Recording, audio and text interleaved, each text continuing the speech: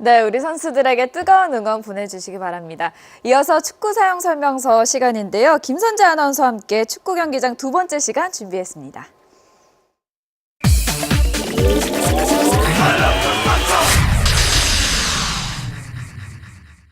안녕하세요. 축구 사용 설명서 김선재입니다. 여러분은 축구장 하면 어떤 기억이 가장 먼저 떠오르시나요? 저는 축구장 하면 딱 들어섰을 때 넓게 펼쳐진 잔디밭이 가장 먼저 떠오르는데요. 그래서 아무래도 축구장 하면 좀 좋은 기억들 그리고 밝은 기억들이 더 먼저 떠오르는 것 같습니다. 여러분께도 이렇게 좋은 기억을 만들어주는 계기가 되길 바라면서 축구장에 관한 두 번째 이야기 시작하겠습니다.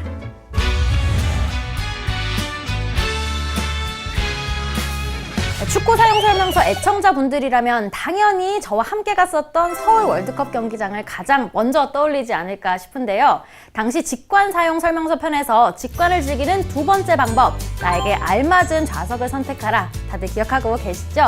요즘에는 이렇게 좁은 자리에서 단순히 경기를 보는 것을 넘어서서 경기장들이 좀 더 다양한 방법으로 축구를 즐길 수 있도록 바뀌고 있습니다.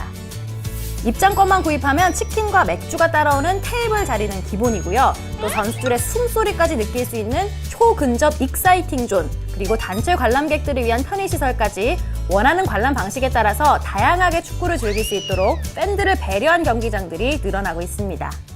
그중에서도 잠실 주 경기장을 홈으로 사용하는 K리그의 막내 구단 서울 이랜드 FC의 경우 신생구단답게 아주 공격적인 마케팅으로 주목을 받았는데요. 덕분에 팬들은 기존 경기장에선 볼 수 없었던 각도에서도 좀 더 자유롭게 경기를 볼 수 있게 됐습니다. 그렇다면 올해 경기장들은 어떤 변화를 꾀했을까요? 크게 두 가지가 눈에 띄는데요. 바로 고급화 전략 그리고 복합 문화공간 창출입니다. 대표적으로 1,000만 원대의 시즌권을 선보인 인천 유나이티드를 빼놓을 수가 없을 텐데요. 이번에 인천이 새롭게 선보인 플래티넘 11은 이름이 새겨진 프리미엄 좌석을 제공하는 건 물론이고요. 골프장과 호텔 이용권, 그리고 종합병원 건강검진권 등 다양한 혜택을 포함하고 있어서 화제를 모았습니다. 또한 K리그 마케팅의 선두주자인 FC 서울의 경우 지난해 시범적으로 운영했던 스카이펍을 새롭게 단장해서 프리미엄 좌석으로 재탄생시켰는데요. 뿐만 아니라 1년 내내 운영하는 상설 용품 매장을 경기장 외곽에 설치해서 팬들의 마음을 흔들고 있습니다. 이렇게 좌석의 변화부터 좀 더 다양해진 팬 서비스 행사까지 국내 축구장들의 변화는 해외 축구장들을 롤모델로 하는 경우가 많은데요. 해외 유명 축구장들의 경우 홈 구단의 역사를 알리기 위한 박물관을 만들거나 또 경기장 곳곳을 개방해서 관광지처럼 꾸며놓은 경우도 많은데요. 때문일까요? 우리나라 축구 팬들의 경우 최근엔 해외여행을 축구장 투어를 컨셉으로 해서 떠나는 경우도 많다고 합니다. 그냥 여기서 지나치면 축사설이 아니겠죠? 애청자들을 위한 저 김선재의 축구장 투어 꿀팁! 잉글랜드 축구장을 방문하는 분들이라면 사전 예약은 별 5개 필수 사항입니다. 해외 각지의 관광객들이 몰리는 올드 트래포드의 전문 가이드 투어는 말할 것도 없고요. 또 박물관만 구경할 수 있는 상품부터 런치 패키지 상품까지 투어 방법을 선택할 수 있는 스탠포드 브리지의 경우 인터넷으로 예약을 하면 할인된 가격으로 투어를 즐길 수 있다고 합니다. 알뜰한 당신이라면 놓치지 않겠죠? 또한 아스날의 에미리츠 스타디움을 구경하실 분들에겐 하루 단 한 번 오후 1시에 진행되는 특별 레전드 투어를 강력 추천해드립니다. 이렇게 축구장에 대해서 얘기를 하다 보니까 올드 트래포드니 스탠포드 브리지 같은 경기장의 이름엔 어떤 뜻이 담겨 있을까 궁금했던 점 다들 한 번쯤 있으시죠?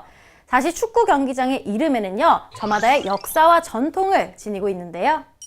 먼저 우리나라 대다수의 경기장들처럼 아시아를 비롯한 유럽 각지의 축구장들은 지명에서 착용한 이름을 사용하는 게 대세입니다. 동네와 거리의 이름에서 따온 맨유의 올드 트래포드를 그 대표적인 예라고 할 수 있겠죠? 또한 각 팀을 대표하는 전설적인 인물의 이름을 사용하는 경우도 있습니다. 레알 마드리드의 홈구장인 산티아고 베르나베우는 1940~50년대 레알 마드리드의 전성기를 이끌었던 구단주의 이름이고요. 인터밀란과 AC밀란이 사용하는 홈구장의 정식 명칭은 쥐세페 메아차 경기장으로 AC밀란이 사용할 때면 산시로 경기장으로 불리기도 합니다. 그렇다면 바르셀로나의 홈구장 캄노우는 어떤 경우일까요? 독특하게도 팬들이 붙여준 애칭이 명칭으로 굳어진 케이스인데요. 사실 2000-2001 시즌까지 사용한 바르셀로나 홈구장의 정식 명칭은 에스타디 델 FC 바르셀로나, 말 그대로 FC 바르셀로나 경기장이었습니다. 하지만 팬들 사이에서 불러왔던 애칭 캄노우, 즉 새로운 경기장이란 이름이 더 익숙하게 불렸는데요. 때문일까요? 2000년 캄노우를 정식 명칭으로 사용하자는 의견이 모아졌고 정식 투표를 통해서 경기장의 명칭이 바뀌게 됐습니다. 근래 들어서는 이런 경기장의 이름을 거액의 금액에 판매하는 경우도 종종 볼 수가 있는데요. 경기장 명칭권 판매는 미국 프로스포츠에서 시작이 됐는데 1997년 볼튼 원더러스를 시작으로 EPL에서도 꾸준히 증가하는 추세입니다. 이렇게 만만치 않은 금액의 이름을 파는 만큼 앞으로도 경기장 명칭권 판매는 더 늘어날 전망인데요. 하지만 팀의 역사가 담긴 이름을 판매할 수 없다는 팬들의 반대도 만만치 않아서 구단들이 어떤 결정을 내릴지 궁금해집니다. 이렇게 해외 축구 경기장에 대해서 얘기를 하다 보니까요. 저도 훌쩍 떠나고 싶어지는데요. 하지만 저처럼 아쉽게도 떠나지 못하는 분들, 그리고 용기를 내지 못하는 분들 분명히 있으실 거라고 생각이 됩니다. 그래도 좌절 금지! 저 김선재가 준비한 두 번째 꿀팁! 2016 K리그 클래식을 관람할 수 있는 경기장 지도를 준비했습니다. 또 작년에 제가 찾아갔던 상암볼과 지난 시즌 우승팀이 있는 전주성, 그리고 저 멀리 제주의 윈드포스까지 올해도 전국 각지에서 재밌는 경기들이 펼쳐지고 있습니다. 이 중에서 여러분은 가장 먼저 어떤 경기장을 찾아가 보고 싶으신가요? 굳이 먼 해외로까지 나가지 않아도 우리 근처에도 이렇게 멋진 경기장들이 참 많다는 사실 잊지 마시기 바랍니다. 벌써 2부에 걸친 축구 경기장에 대한 이야기 마무리할 시간인데요. 혹시나 축구에 대해서 더 궁금한 게 있다, 그리고 함께 알아보고 싶은 게 있다 하시는 분들은 바로 여기 풋볼 매거진 골 SNS를 방문하셔서 글을 남겨주시면 되겠습니다. 앞으로 관심과 애정을 담아서 꽉 찬 이야기 준비할 테니까요. 모두 기대해 주시기 바라겠습니다. 대한민국 모든 국민이 축구 고수가 되는 그날까지 축구 사용 설명서는 계속됩니다. 쭉!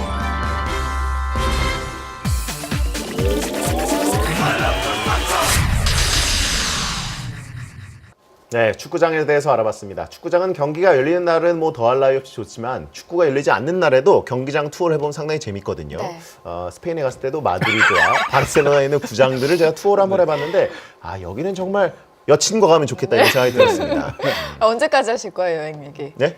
저는 오늘 얘기할 생각이 없었는데 네. 질문을 자꾸 던지니까 어쩔 수 없이 하게 됐습니다. 네네. 배상재 아나운서는 유럽으로 경기를 보러 다녀왔지만 우리 K리그 개막했잖아요. 축구 팬들은 K리그 경기장 찾아주시면 감사하겠습니다. 네, 재개가 되면 저희 풋볼 매거진 꿀팀 모두 경기장에 또 찾아가도록 그럼요. 하겠습니다. 끝으로 베스트 골 5 보내드립니다. 고맙습니다.